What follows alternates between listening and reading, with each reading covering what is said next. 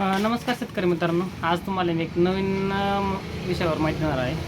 तर आज आपल्याकडे कॅल्शियम नायट्रेट या खताविषयी तुम्हाला थोडी माहिती सांगतो. तर सध्या आता महिना चालू आहे जानेवारी मित्रांनो.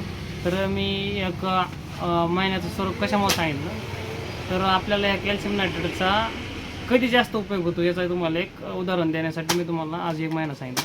पण मित्रांनो, आता याच्या मागे एक तुम्हाला एक दृष्टिकोन सांगतो.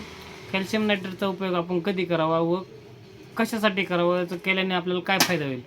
तर मित्रांनो, आत्ता सध्या तुमच्या शेतामध्ये टोमॅटो लागवड असू द्या किंवा कांदा लागवड असू द्या किंवा दुसऱ्या वेलवर्गीय कोणत्याही प्रकारचे पिकं असू द्या, तर या कॅल्शियम नायट्रेटमुळे काय होतं, थंडीच्या दिवसात तुमच्या पानांची पिळुटी होती किंवा आपण जे असं म्हणतो की आमचे पिकातील समजा टोमॅटोचं पीक आहे आणि ते उलट्या पद्धतीने पाण्यात आलं, सूर्यप्रकाशाकडे त्याचे पानं वळली.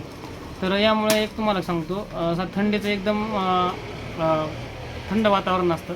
थंड वातावरणात काय होतं प्रॉब्लेम, जसं की आपण सध्या आता थंडीत असलो तर आपल्याला काय होतं, थोडंसं मायनसमध्ये जर वातावरण गेलं किंवा टेम्परेचर कमी आलं तर थंड लागतं किंवा गारवा जास्त वाढल्यामुळं काय होतं, आपल्याला थंडी भरून येते. तर असंच पिकामध्ये पण असतं. पिकात काय होतं, जास्त प्रमाणात जर थंडी राहिली तर पीक हे तुमचं अशा पिळ पडल्यासारखे किंवा दुसरी गोष्ट तुमच्या पानात असे पिळवटं पडल्यासारखं किंवा सूर्यप्रकाशाकडे झुकलं जातं, उलट्या पद्धतीचं होतं. तर अशा वेळेस आपण कॅल्शियम नायट्रेटचा उपयोग जर केला तर कसल्याही प्रकारचं तुमच्या पानाला असं पिळ वगैरे पडणार नाही किंवा कांदा पीक असू द्या, कांदा पिळ पडतो, याचा तुम्हाला चांगला फायदा होईल.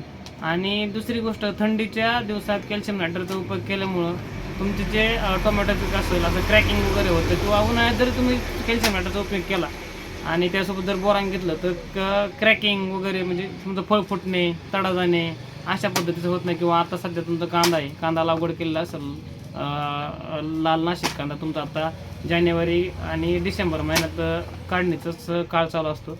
अशा वेळेस तुम्ही कॅल्शियम नायट्रेटचा जर त्याला उपयोग केला तर कसल्याही पद्धतीचा तुमचा कांदा फुटणार नाही व खराब होणार नाही. तर याचा तुम्हाला चांगल्या पद्धतीचा उपयोग होईल. आणि सध्या जर टोमॅटो वगैरे जर पीक तुमचं पिळ पानाला पडला असेल तर अशा वेळेस तुम्ही काय करा, कॅल्शियम नायट्रेटचा लिटरली 1 ग्रॅम आणि त्यासोबत तुम्ही घ्या इसाबियन 1 ml पर लिटरला. आणि याच्यासोबत तुम्ही दुसरी गोष्ट 13-40-13 हे 1 ग्रॅम पर लिटर घ्या.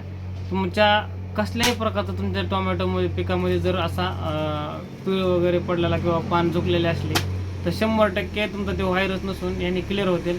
तुम्ही याचा वापर करा, तुम्हाला चांगल्या पद्धतीचा फायदा पण होईल आणि रिझल्ट पण येईल.